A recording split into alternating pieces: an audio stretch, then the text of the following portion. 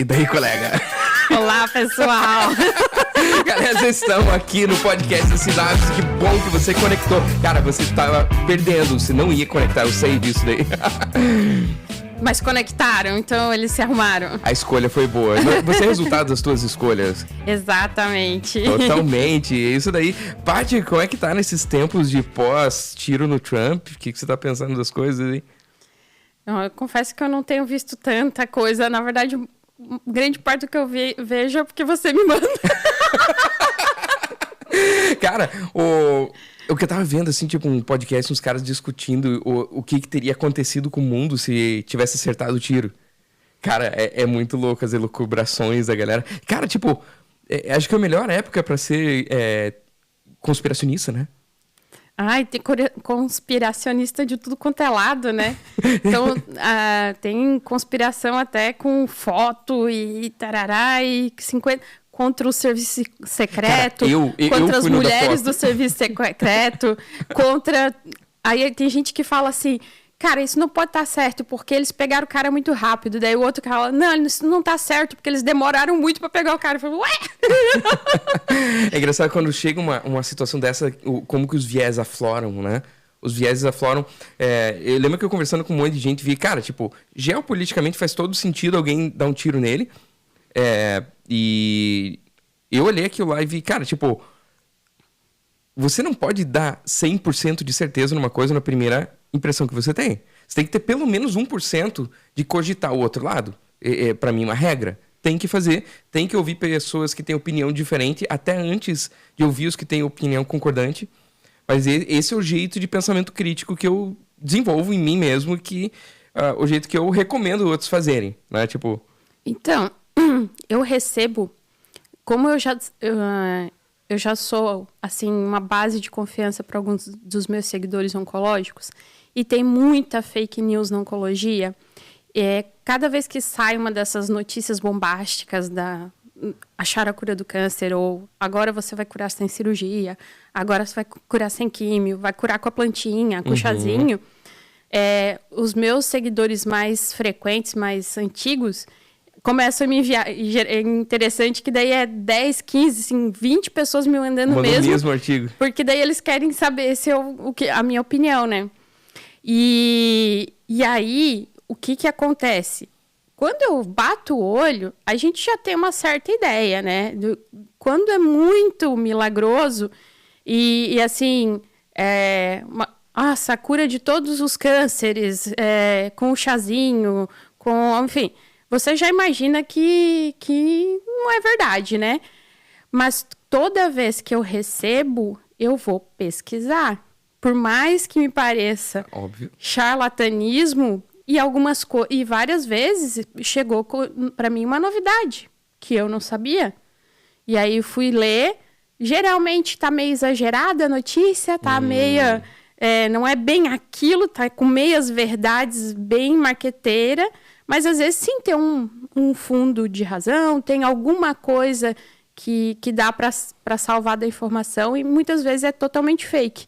Então, eu recebo isso muito dos pacientes porque eu sou uma base de confiança. E eu sempre vou checar antes, por mais milagroso que o negócio pareça, primeiro eu vou checar, dou uma lida, dou uma olhada nas notícias para ter certeza do que está acontecendo, do que está falando, se não é uma coisa que realmente... pode acontecer de ser alguma coisa nova que eu não tenha visto, né? Enfim.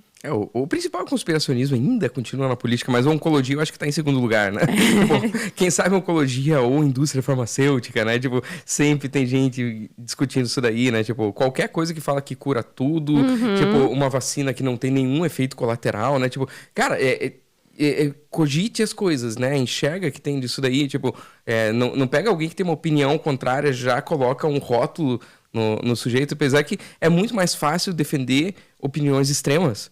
Essas são as mais fáceis que tem. Se você correr para uma opinião extrema, você tem uma chance enorme de ter muita gente apoiando o que você está falando. E na internet acaba acontecendo muito disso.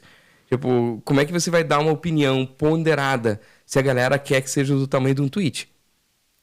Você não tem tempo para mas, porém, todavia. Sim, e que ciência é isso, é você questionar, né? Ciência é você questionar a verdade atual. né? De todas essas coisas que tem, o cara manda um artigo para você que é polêmico, que parece completamente contraditório. Mas eu acho que uma das principais características que coloca o médico, principalmente o médico comunicador, é a capacidade de aprender e de mudar de opinião.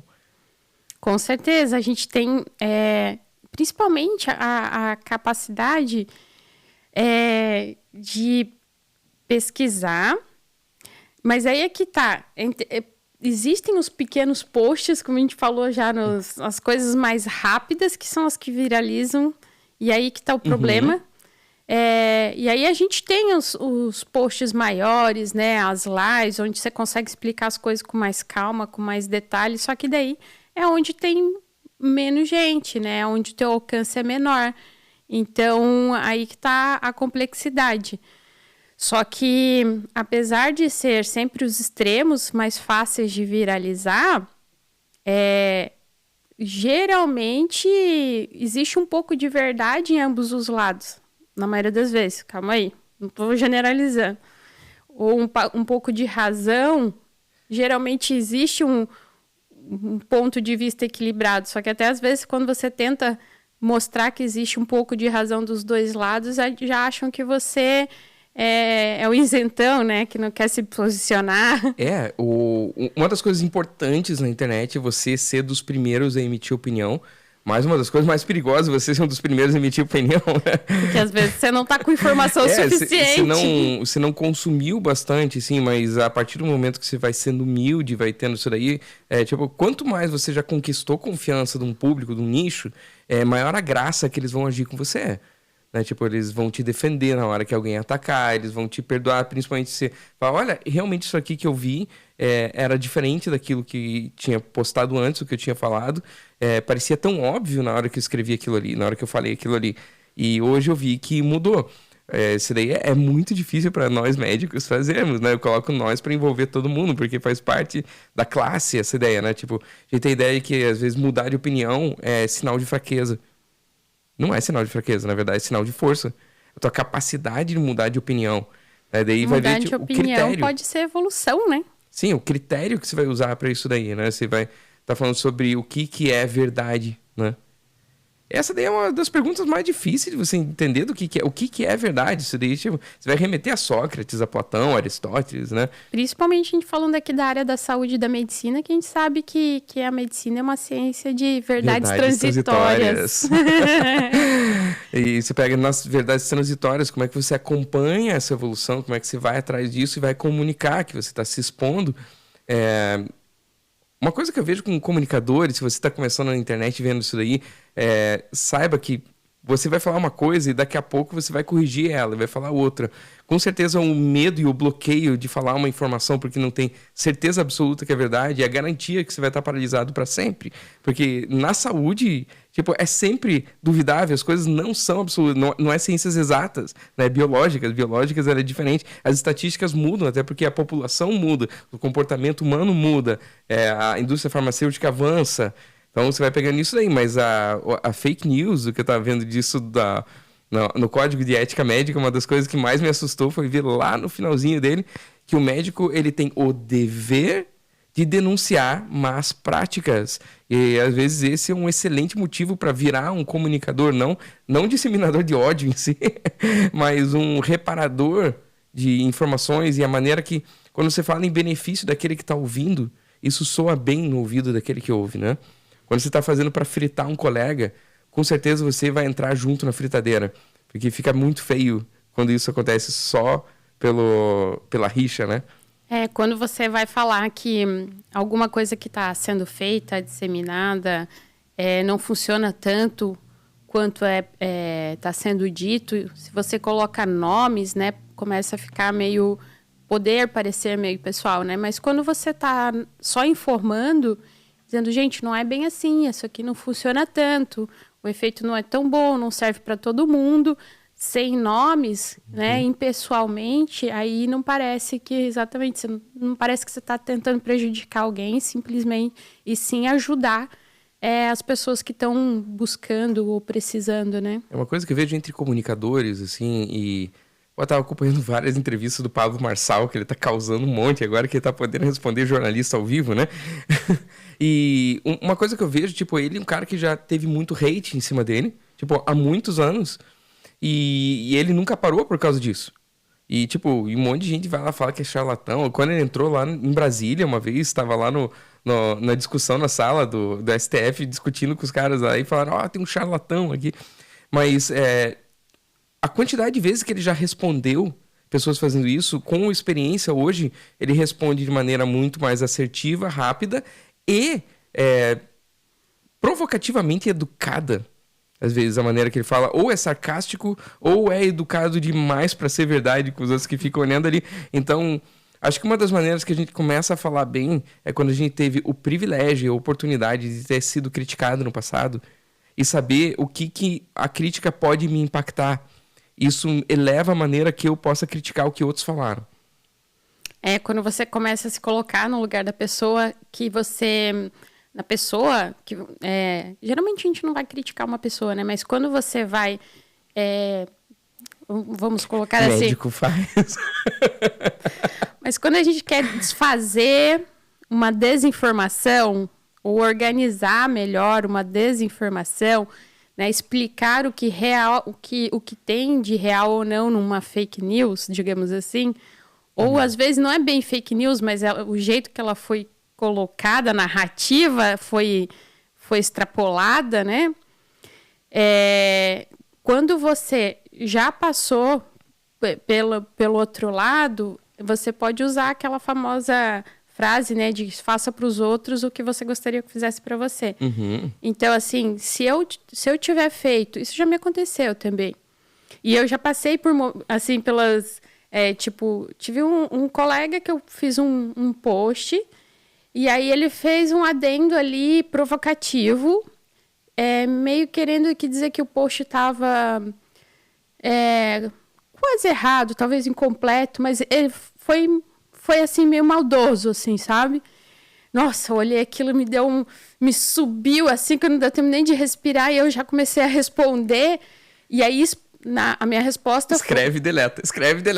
Não, o pior é que eu mandei, mas é que assim, eu não fui grosseira. Só que eu só expliquei que eu expliquei que naquele caso daquela paciente era isso. Uhum. Porque ele dizia assim, não é todo caso que precisa. Só que assim, meio maldosinho. Uhum. Só que... Deixa eu perguntar, depois disso daí hoje... O que é a parte antes dessa provocação e a parte depois da provocação? O que você mudou? Então, o que acontece? Eu respondi meio rápido, assim, sabe? E aí, não fui grosseira, mas ficou áspero. Uhum. Então, assim, quem viu ali, viu que saiu uma faísquinha. Uhum. E não precisa, porque é um colega, é um amigo. Então, se a gente parar um pouco, respirar um pouco, você consegue se justificar, se explicar, mostrar que você estava certo, naquele caso eu estava certa, sem ser áspero com o colega, sem fazer parecer que estamos discutindo, sabe? Então, o que eu acho hoje? Eu gostaria que a pessoa que discordasse, principalmente um colega discordasse do que eu falasse comigo. E aí sim a gente vai junto, não que não possa falar lá. E olha o networking que se abre aí, né? Tipo, você transforma a crítica numa oportunidade de networking, né? Aí pra frente eu já tive uma colega que só fez um comentário assim, não é bem assim. Aí, mas daí eu já respirei. Aí primeiro conversei com ela no privado. A galera com vivência de Twitter. Aí conversei com ela no privado, aí corrigimos. Mas o que eu acho hoje?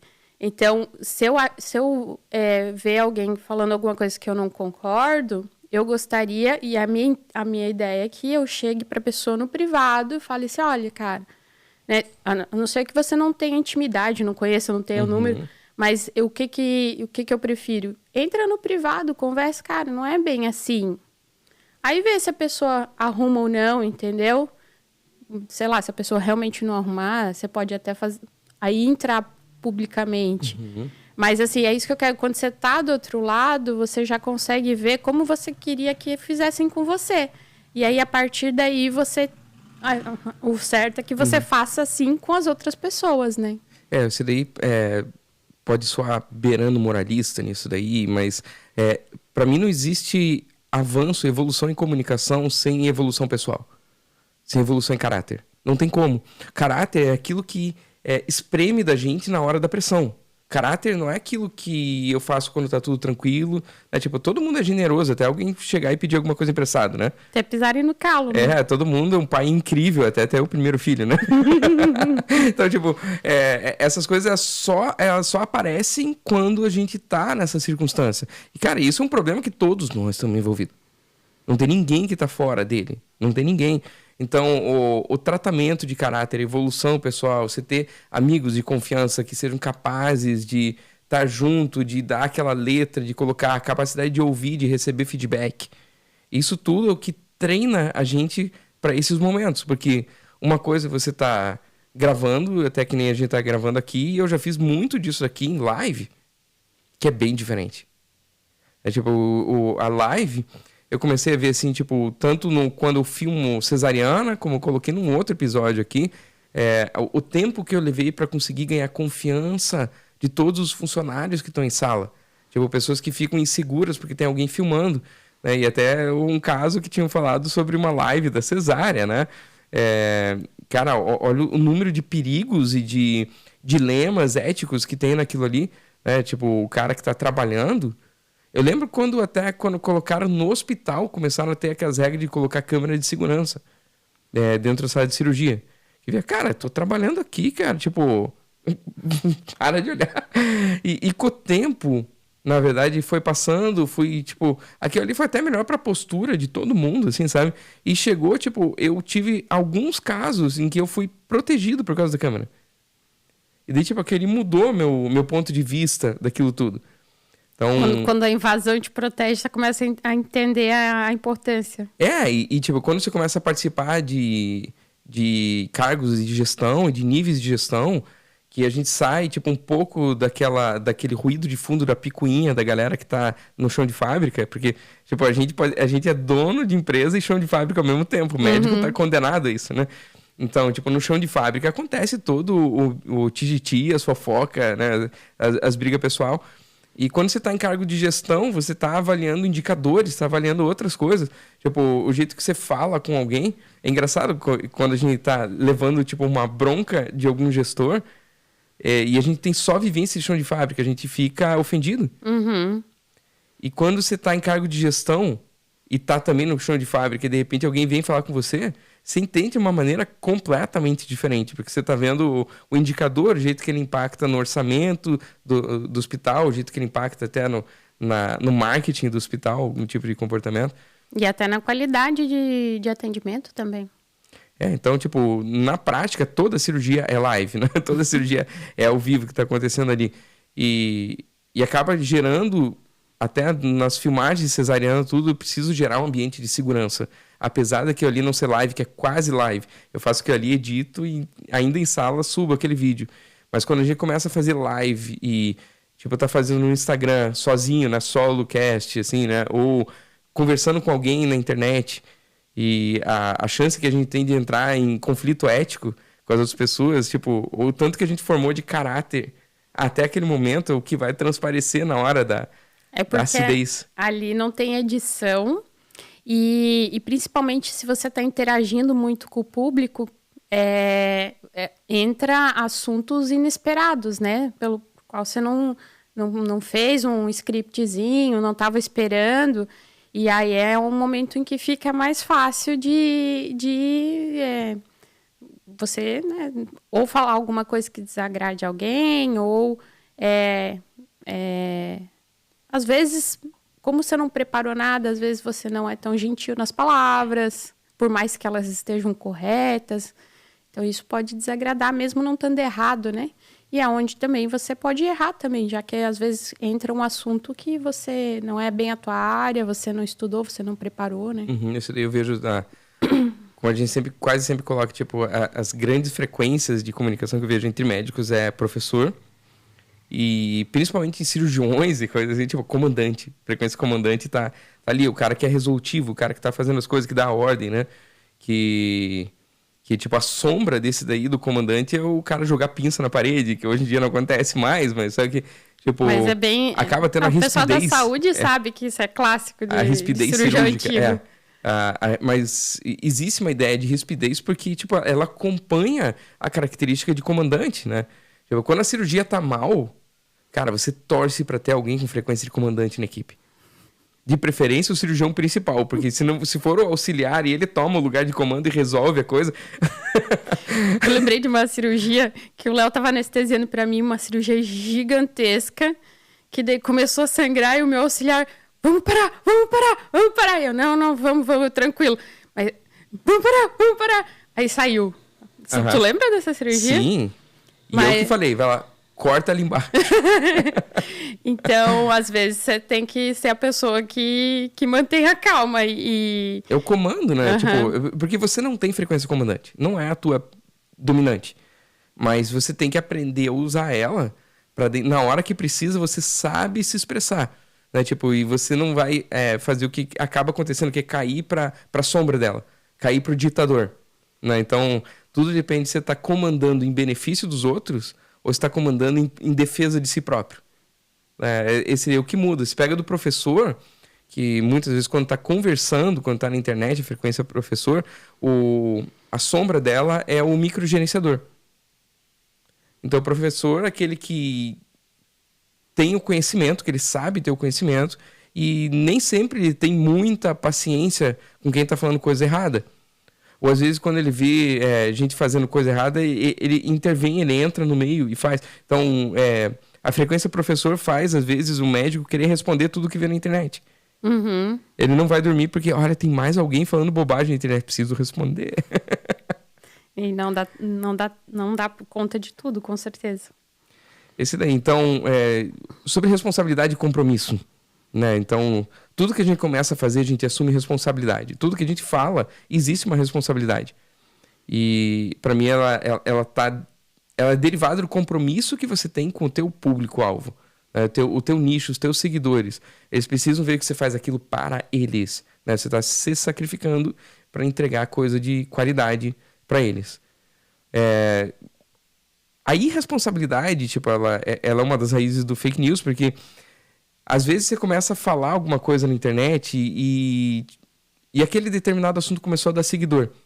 E se você não se controlar, não puxar a própria rédea, você vai começar a produzir conteúdo sem parar e vai começar a virar extremista naquele assunto, porque aquilo tá dando resultado, aquilo tá dando seguidor, aquilo tá dando like. Tipo, tá atraindo mais hater, e daí, pelo menos tá atraindo movimentação, tá me colocando. Cara, você consegue lembrar de alguém que extremou desse jeito, assim, no meio médico? Ixi. Pode falar sigla, não precisa falar nome, falar área. Extremou? Eu até conheço, só que nem foi por causa do digital, né? A pessoa começou a extremar pelo financeiro fora, e aí foi pro digital também. Mas nem foi o digital. No digital a gente conhece, mas que eu não vem na cabeça ninguém da área da saúde, na verdade, assim. Mas a gente conhece aí os influencers, né? Que daí você vê que começa de um jeito e daqui a pouco vê que aquele outro caminho aqui que tá dando seguidor. Aí despenca, descabeça pro outro lado. Aí influencer eu já vi vários. Mas não tô me lembrando da área da saúde. Você lembra de alguém? Né? Eu lembro de alguns que eu tô pensando aqui com fórmulas mágicas e tudo mais, né? De gente de esporte, de estética, né? Tipo... estética tem eu acho que é muito tentador, né? É muito tentador você, tipo, entrar numa área que tá funcionando, que tá dando dinheiro e começar a falar aquilo antes de estar completamente preparado, né? E aquilo toma um momento, começa a ouvir outro que também entrou naquilo sem estar preparado e daqui a pouco tem mais gente despreparada falando sobre aquilo do que o preparado que estava falando antes, né?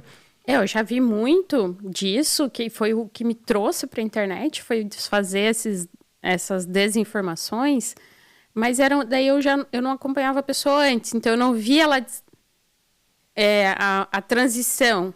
Quando eu cheguei, ela já falava abobrinha, né, da minha área. Fora da curva de Gauss. Então, assim, mas aí muitos, né? Curar o câncer com terapia, porque todo câncer vem de um trauma. Não, sempre fui bem clara o quão importante é a parte psicológica para a imunidade.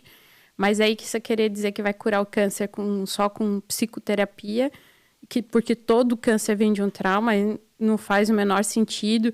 Tem outro dizendo que curou o câncer com nutrição, daí quer dizer que vai curar só com nutrição. Nutrição é importantíssima, mas como um conjunto de tratamento. E aí tem as bizarrices maior ainda, né? Enema de café, o soro azul, ozônio. A fósforo foi, graças a Deus, uma onda que tem quase sumido, mas sempre vem uma onda atrás da outra onda. Então, na oncologia tem muito. Mas, que eu te falei, eu não acompanhei a pessoa fazendo direito e descapengando. Quando eu cheguei, já era do outro lado. E aí, nesses fake news que os meus pacientes, meus seguidores mandam para mim, aí eu vejo absurdo. Tem um cara, um biomédico, que defende um tratamento que é tipo alguma coisa com vibração. Mas que ele diz que a quimioterapia, o vídeo que me mandaram, ele está descrevendo que a quimioterapia funciona em 2% dos casos. Uau, meu Deus, é uma coisa tão absurda, mas tão absurda. E assim, o cara não é nem médico para falar isso. E aí ele defende... Mas isso atrai, né? Ele defende que o negócio da vibração dele lá cura todo mundo. Então, essa é uma coisa medonha. Tem um outro que também não é médico, mas, como eu te falei, o que eu vi de perto, que eu conheço, né? Que daí eu vi descapengando, mas aí a pessoa já começou isso fora do online. Foi a parte financeira aí, que foi também para as alternativas ali. E daí não foi exatamente o digital que fez. Eu vejo dentro disso, tipo, existe todo um contexto dentro disso, né? A gente trabalha numa área que 90% trabalha com tabelas, né? Teu preço é tabelado. Não foi você quem definiu o valor daquilo que você faz. Não é raro mudarem o valor do teu trabalho. Para baixo, né? sempre. Para baixo todas as vezes, né? E alterarem, ter esse tipo de ingerência o tempo todo, né? E o sonho de sair disso, né? É porque oferecer algo que não tem na tabela para poder cobrar, né? Então, mas essa é uma dificuldade, né? Quando você trabalha por tabela, até que não ficam te diminuindo, né? Geralmente ela, vamos dizer, a do SUS aí, ela é corrigida a cada 10 anos. E, obviamente, que a inflação de 10 anos, quando ela é corrigida a cada 10, 20 anos, e nunca é nem 1/10 do que comeu a inflação. Então, por mais que não estejam diretamente baixando o que a gente ganha, a inflação está comendo e a gente nunca chega perto de corrigir perto da inflação. E aí, o que acontece? Às vezes, você está ali dedicando seu tempo, entregando um valor muito além do tempo pago, porque você sabe que o paciente precisa, porque esse é o teu padrão de atendimento daquele paciente, só que você ganha... você não é pago para aquilo, né? Então, você está fazendo de coração, de social, só que você está gastando aquele tempo ali que você poderia estar realmente retornando o valor que você está entregando para o paciente no teu consultório, por exemplo. Né? Um dos tópicos que tem bastante na ética médica, eu tava montando um artigo que eu acabei atrasando e não entreguei, não consegui fazer. Tá tendo, acho que até essa semana, deve estar tendo agora um congresso de bioética internacional em Brasília. Eu ia colocar até esses aí de filmagem, tipo, dentro do centro cirúrgico. Eu ia colocar sobre filmagem, sobre isso aqui que a gente tá fazendo e os dilemas que tem envolvendo nisso daí, o que tem de ética, né? O que a gente pode cruzar ou não. Porque, na verdade, isso entra em justiça e equidade, né? Equidade ela fala sobre você tratar as pessoas da mesma maneira, mas eu acredito que isso aí não é nenhum ponto ético. Eu acho que o jeito que você faz uma coisa é o jeito que você faz todas as coisas, né? O jeito que você cuida da tua casa, o jeito que você cuida da tua clínica. O jeito que você trata o paciente no SUS é o jeito que você trata o paciente no convênio e é o jeito que você trata no particular, né? Então, dá para você estratificar. Cara, você pensa nisso, você tenta fazer isso, mas começa a soar fake, né? Você sabe que pessoas são diferentes, então equidade não é você fazer o mesmo, porque nem sempre o paciente do SUS vai compreender a mesma fala que você falaria para um particular que escolheu você, né? Queria que fosse você. Mas equidade é você entregar de você mesmo o melhor, né? Tipo, quando você coloca o teu melhor, é tudo igual, né? Quando você... Eu lembro do Eric McManus, que é meu mentor, falando assim, tipo, toda vez que você é contratado para fazer um serviço e não dá o teu melhor, você tá roubando de quem te contratou. Perfeita essa frase. É porque ele te contratou pelo melhor que você tem que entregar, ele não te contratou pela metade, né? A gente tem muito esse negócio do projeto Tartaruga, faz de conta que paga, outro faz de conta que trabalha, né? E esse daí é uma das razões, dos problemas que a gente vive, né? Mas a equidade, ela é inevitável. Ela é inevitável. Então, tipo, por onde que você está se nivelando? Pelo lugar onde menos exige de você e depois nos outros você fica sofrendo porque tem mais? Ou no lugar que mais exige de você e você se reconfigura para os outros, né? Então, quando a gente sai, como é que você vai sair do mercado de plano de saúde para o mercado particular? Quando você tem demanda, né? Como é que você cria demanda? Quando você tem reconhecimento, quando você tem confiabilidade, quando você tem resultado. E muitas vezes, quando você sabe se vender, quando você sabe vender o que você faz, né? Você tem que aprender a mostrar para os outros o quão bom você é. Então, isso daí, o que você vê disso de gente violando o princípio de beneficência e não maleficência, né?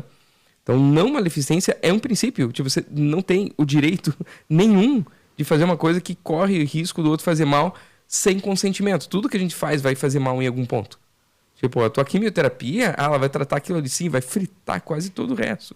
De uma maneira ou de outra, vai pegar a radioterapia que pega ele. Não frita todo o resto, mas frita tudo que está em volta, né? De alguma maneira. Não tem nada que não tem efeito colateral, mas você tem toda a informação, o consentimento, o termo de consentimento que precisa ter para as coisas. Quando eu vejo de filmagem, hoje em dia eu só faço filmagem quando tem um fotógrafo. Porque eu sei que o fotógrafo assinou todos os termos de LGPD, de direito de imagem, de termo de consentimento para aparecer. Os funcionários que estão ali, eles assinaram o termo de imagem com o hospital. Então, toda a taxa que o hospital cobra para alguém fazer filmagem de fotografia lá dentro é legítima. É verdade. No começo, eu fiquei muito chateado quando vi aquilo ali, principalmente quando achavam que eu cobrava para filmar, e eu estava aprendendo, estava começando aquilo ali, né? Tipo, não era o ponto, e aquilo eu faço para o paciente, tento fazer dentro do princípio de equidade, mas a gente vê, tipo, dentro da equidade, quando você começa a atingir níveis que você é desejado no particular, e você continua se dedicando para os outros, o teu destino é o burnout. É isso que eu estava falando. O problema é que quando você entrega muito valor para onde você tem um retorno, para um retorno baixo, você gasta muito tempo, muita energia, e aí você tem que ficar compensando no convênio, no particular, e acaba chegando no burnout, exatamente. Então, acaba que a gente tem que acabar... No final, assim, a gente vai ter que ir diminuindo. Por exemplo, assim, eu não largo o SUS por questões sociais, né? Mas tive que diminuir muito, porque a gente não nossa, tem família, tem saúde também, além do trabalho, e o trabalho tem que também pagar as contas. Então, ali eu vou atender com a mesma qualidade, Só que o retorno financeiro não está no mesmo nível. Então, vai ter que ser numa proporção menor para que... e aí a gente vai caminhando do SUS para o convênio, daqui a pouco diminuiu do convênio para o particular até... Né? Então, esses são os dilemas. Eu acredito no caminho da ética, eu acredito mesmo, de verdade. E eu vejo muita gente questionar e ver fraqueza naquilo, achar que existem atalhos melhores, né? Bastante, cara, mais cedo... Gente mais cedo ou mais tarde cai, sabe? Tanto no SUS quanto nos convênios. Até fazendo tudo certo, você vai tomar um monte de tiro. Sim. Se você estiver se destacando, você vai estar no foco, né? Tipo, é igual o Trump fazendo palestra, né? Tipo, você tá no foco e às vezes você tá na mira de um monte de gente. Então, quão vulnerável é o teu calcanhar de Aquiles quando você chega lá? Tipo, não, eu vou fazer isso aqui de errado só até eu chegar nesse cargo e quando chegar lá eu vou estar certo. Só que quando você chegou lá, você já virou uma outra pessoa? E não ter o jeito certo de fazer a coisa errada. Não, já dizia o professor Josemar, que é de Blumenau, sabe disso aí, 2179. Sabe o Josemar. Esse daí, então, quando a gente fala sobre o nome de um colega, que a gente tá falando aqui, tipo, existe uma ética enorme, porque você tá citando, né? É ruim quando você fala um caso e, tipo, e ele é muito raro e às vezes os colegas sabem sobre qual caso você tá falando, você tenta colocar Eu não preciso dar nomes, todo mundo conhece. Tipo, essas coisas ficam meio complicadas quando você faz isso daí, porque é importante que exista um consentimento do outro lado, é importante que você veja que, tipo, será que eu gostaria que estivessem falando de mim dessa maneira no dia que eu errar? No dia, não é se, é quando. Né? Somos humanos, né? É quando a gente, tipo, é humano e trabalha dentro de uma faixa de risco que 99% não assumiria esse tipo de risco, né? Sob pressão, com pacientes graves, tensão. Uma coisa que eu vejo, tipo, fake news na anestesia é muito raro. Fake news na anestesia não dura, né? Tipo, até um paciente, tipo, clínico, um paciente cirúrgico que morre, tipo, dificilmente ele morre dentro da cirurgia. Isso é depois, é pós-operatório. Tipo, existe um desenvolvimento daquilo ali, às vezes uma esperança, uma falta de esperança. Na anestesia é ali mesmo, cara. Tipo, se você seguir... Tipo, alguém que inventa moda ali, tipo, tem problema transoperatório, né? Acontece ali, falta de atenção, o problema acontece ali dentro, né? Então, fake news e anestesia é muito raro, assim. A anestesia é uma área que pouca gente se mete, assim, né? Às vezes a gente vê, tipo, colegas fazendo procedimentos de anestesia dentro de clínica sem anestesista. E, cara, tipo, quando isso acontece, o problema é que a anestesia ela é uma área de meio e não de fim. Então, tipo, um paciente que vai fazer uma cirurgia de risco e vai a óbito, ele foi a óbito fazendo a cirurgia de risco. Ninguém vai lá pra tomar uma anestesia. Ele toma uma anestesia por causa da cirurgia. Então, quando você vê isso aí que aconteceu numa clínica, alguma coisa, isso aí sai no jornal, sai na notícia, eu vejo que o público fica muito mais revoltado quando alguém morre por causa da anestesia do que por causa de uma cirurgia, né? Não é esperado, né? Isso, e as fake news que eu vejo, tipo, é aquela do, tipo... O anestesista só não é o culpado se tiver um mordomo por perto, que daí foi o mordomo, né? Ou um residente. Um residente. Então, das fake news que tem, tipo, a primeira coisa, que foi? Isso aí foi anestesia. Tipo, é socialmente tão aceitável dizer que foi anestesia, que muita gente oculta coisas dessa maneira. Normalmente o anestesista não tá nessas conversas, né? Tipo, ele não tá dentro daquelas ali, tipo, não é aquele que vai dar notícias pra família, vai falar. Eu já aprendi muito, até quando tem intercorrência, alguma coisa, eu saio correndo e eu quero ser o primeiro a falar com a família. No nosso caso, principalmente, né? Mas no nosso caso, a gente... geralmente, a diferença é que, geralmente, quando há uma complicação nossa, já foi conversado, né? Já foi conversado sobre os riscos, já foi preparado, né? Eu acho que o mais, na minha área, assim, o mais triste e despreparado que acontece é quando a gente vai com muita... achando que tem muita chance de tirar o tumor e aí não dá para tirar. Aí a gente volta e diz, não é possível tirar, não é possível operar. Mas geralmente não são grandes complicações, é só... não tem mais a cura que estava se esperando, né? Colegas mais velhos sabem muito bem disso, mas colegas mais novos, aquelas dicas de velho, já... Cara, tipo, familiares sabem que coisas podem acontecer. Familiares sabem que coisas podem acontecer. Mas eles ficam muito furiosos quando eles percebem que tá escondendo alguma informação. Quando faltou transparência, ou mesmo quando parece que faltou transparência, é ali que eles ficam furiosos. Né? Porque eles não sabem até onde Até onde está escondendo, né? E até onde realmente foi um acidente, uma intercorrência e né? Por que não estão contando tudo? Daí, pronto, acabou a confiança. A transparência tem que ser total, isso daí tem que ser um princípio, né? Tipo, ele é um princípio do Código de Ética Médica. Transparência precisa ser algo, tipo, que a gente perde o medo de ter, né? Porque honestidade, ela só existe quando existe um prejuízo. Você só pode ser honesto se aquilo envolver um prejuízo. Se não estiver envolvendo prejuízo, você não está sendo honesto. Você pega, tipo, o que eu vejo, tipo, em discurso de tantos e tantos políticos. Tipo, eles enxergam, às vezes, que a profissão dele é mentir. E verdade é uma ferramenta que ele, às vezes, usa quando é em seu benefício. E ninguém confia, né? Exatamente. Então, uma das coisas legais de você ser conhecido na internet e ter, tipo, como anestesista, ter cirurgia a pedido, ou você, como cirurgiã, ser escolhida, existe uma graça extra daquele que escolhe.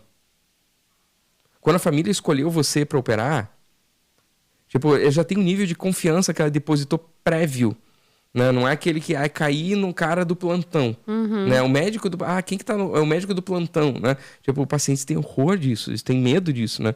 Que, tipo, qual confiança que eu vou dar? Confiança aleatória? Não tem. Mas quando você tá na internet e começa a ser conhecido, as pessoas te chamam. Isso daí eu vejo que muita gente já tentou criticar e falar, cara, você é anestesista, você pode estar no anonimato. Eu falei, cara, tipo, eu sou comunicador, é minha personalidade. Tipo, eu quero aflorar isso nos outros. Né? Quero, tipo, que entenda a responsabilidade de ser um comunicador. De vir a ser um comunicador. Não só esperar, que nem hoje foi lindo você lá dando entrevista no jornal. Adorei, chiquérrimo. Tá lá, tipo, a gente tem que buscar isso daí.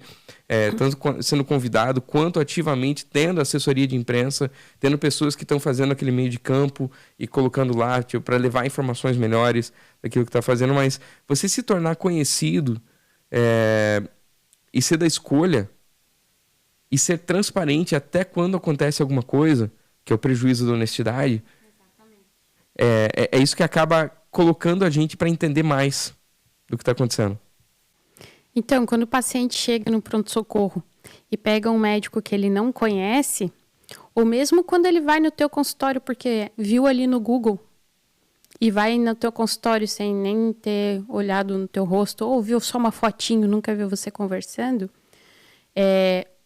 o nível de confiança é mais ou menos o mesmo, porque ele está te conhecendo naquele momento, né? Quando você tem uma presença digital, ele já te conhece. E quanto mais grave, ou quanto maior a confiança que ele precisa ter em você para te escolher, mais tempo ele está ali te seguindo, te investigando, consumindo o teu conteúdo. Então, aquele paciente que vem para o meu consultório pelo digital, pelo Instagram, ele já vem com uma confiança total. Na verdade, ele me escolheu pelo jeito de comunicar, pelas informações que ele checou e batiam. Então, assim, existem outras formas de confiança prévia, que é, por exemplo, quando um colega te indica, né? Que, na verdade, ele está confiando na indicação do colega. Mas o paciente que vem pelo... confiança emprestada, né? Isso. Mas o paciente que vem pelo meu Instagram, ele chega com um nível de confiança e tranquilidade muito maior do que alguém que pesquisou no Google. Eu fico imaginando o quanto que o paciente ele segue depois as orientações que você deu com seriedade. Né? Tipo, ele vai tomar os remédios exatamente daquele jeito que você falou. Ele vai seguir algum tipo de dieta que você colocou com mais seriedade. Tipo, ele confia já. Ele já confia. O nível de confiança você já cruzou, coisas que não existiam antes do digital. Eu tenho vários pacientes vindo fazer segunda opinião agora. O interessante é que antes, geralmente, eu tinha segunda opinião de fora,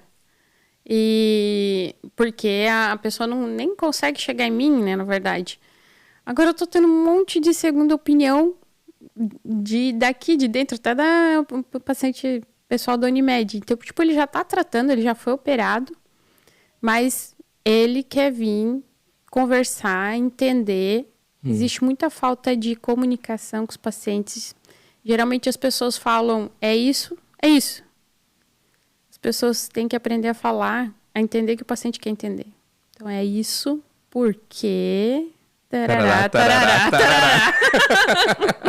O paciente quer saber o porquê. Uhum. O que eu vejo, assim, de...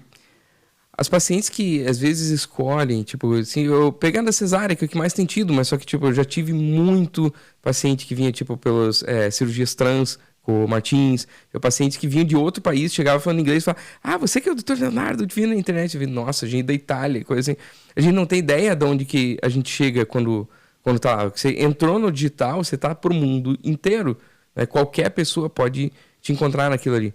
Mas quando ela vem disso aí, de ter visto aquilo ali, ela chega, tipo, você não sabe, você não conhece a pessoa, mas ela conhece a tua vida. Tipo, ela não sabe só o que você fala, ela sabe quantos filhos você tem, ela sabe pra onde que você viajou. Eu tenho um monte de seguidor que é brasileiro fora do país. Uhum. E daí, tipo, quando você vai ver, tipo, ele conhece tudo da tua vida, e é muito importante você se respaldar nisso e conversar com o paciente, tipo, como se você fosse um amigo. É isso porque que eles é isso querem. que ele tá esperando. Exato. Eles querem confiança. Então você tá com um amigo, você supriu a expectativa que ele tinha, tipo, ele já tem esse nível de confiança que tá ali. Cara, é muito artificial pra gente hoje ainda isso. Tipo, a gente ainda tá entendendo, tá começando a entender o que isso quer dizer, né? Quem sabe, tipo, médicos muito mais experientes, mais velhos, com muita estrada, tipo, já viam isso aí antes do digital, já era comum, eram poucos médicos, os caras eram conhecidos, tipo, muito além do limite da cidade, né? Os nomes do meia dúzia de médicos que existia. Mas essa é uma ótima dica que você deu agora, Léo. Eu já falei aqui outras vezes que quando a gente vai comunicar no digital, a gente tem que entregar uma linguagem, isso é orientado, né? Como a gente tem uma diversidade de público, a gente não sabe com qual nível cognitivo, né, que a gente está falando, em teoria você deveria falar com as pessoas como você falaria com uma criança de 8 anos, né? Que se a criança de 8 anos entender, quase todo mundo vai entender. Mas agora você me deu uma ideia, assim, a gente da área da saúde, acho que isso fica bem claro daí para a pessoa entender como que ela deveria conversar na internet. A gente deveria, médicos, cirurgiões que têm essa dificuldade de falar de forma mais clara e de tentar se explicar, ele deveria comunicar como se ele estivesse falando com o seu sobrinho de 8 anos. Então, para o seu sobrinho, você não vai dizer assim, faz isso e acabou. Ou melhor, vamos dizer assim... Coloca um isso. Que o filho do seu chefe de 8 anos, vamos botar assim. O filho do seu chefe, você não vai dizer assim, você tem que fazer esse exame e acabou. Você vai querer explicar o porquê, né? Você vai querer você tem que lembrar que tem que falar de forma clara, mas que você quer levar informação, você quer explicar o porquê, você quer desfazer as dúvidas. Até porque o paciente do particular, quando você vai indicar mais exame, ele já está pensando, mas será que ele não é sócio daquela clínica que faz esse exame? Ele já procura esse tipo de viés, assim, né? Coisa que os outros... De um lado e do outro, né? Tipo, eu tenho um monte de paciente que chega pedindo PET ou querendo saber por que nunca pediram PET para ele. Mas aí você tem que... Ele tem razão, se alguém disse para ele que era o melhor exame, por que ele não fez? Você tem que saber explicar para ele. E não é assim, porque você não tem indicação. Isso daí é uma linguagem de comandante, né? Ele quer saber o porquê, por que ele não tem indicação. Tem muito paciente que ele quer um médico comandante, né? Tipo, que não quer alguém que deixe dúvidas, né? Que ele quer alguém que esclareça. Tipo, que a gente pensa que é o do professor, mas ele quer o comando. Né? Tipo, pra mim, eu uso o comando quando eu dou jejum. Fala, cara, jejum é 8 horas, não tem que... mas dá pra fazer menos tempo de água. Sim, mas eu já percebi que a maioria dos pacientes, quando eu falo que dá pra ser um pouco menos e tenta vira chá, daí uma bolachinha, né? Tipo, aí começa a entrar aí em coisas o leite que são... entra também. Isso, não, são coisas que começam a gerar um risco, que o paciente mais antigo tem aquele negócio que, tipo, o médico é aquele que a mãe falava que ia levar pra tomar uma injeção quando fez alguma coisa mal educada. Vou levar no médico pra você tomar uma injeção. Ele acha que aquele jejum é um negócio que tipo, é pra judiar dele, não é nada pra judiar, pra cuidar, porque isso é ética. Muito obrigado por estar aqui acompanhando o nosso programa, por estar aqui no podcast junto com a gente, soltando lá. Isso aí, a nossa vinhetinha nunca falha. Tá aí, obrigado, galera, toda a produção. Obrigado, Paty. Curta e compartilhe, comente. Diga aqui uma situação ética que você já passou, coloca aqui embaixo. Tenho certeza que você já passou. Participe.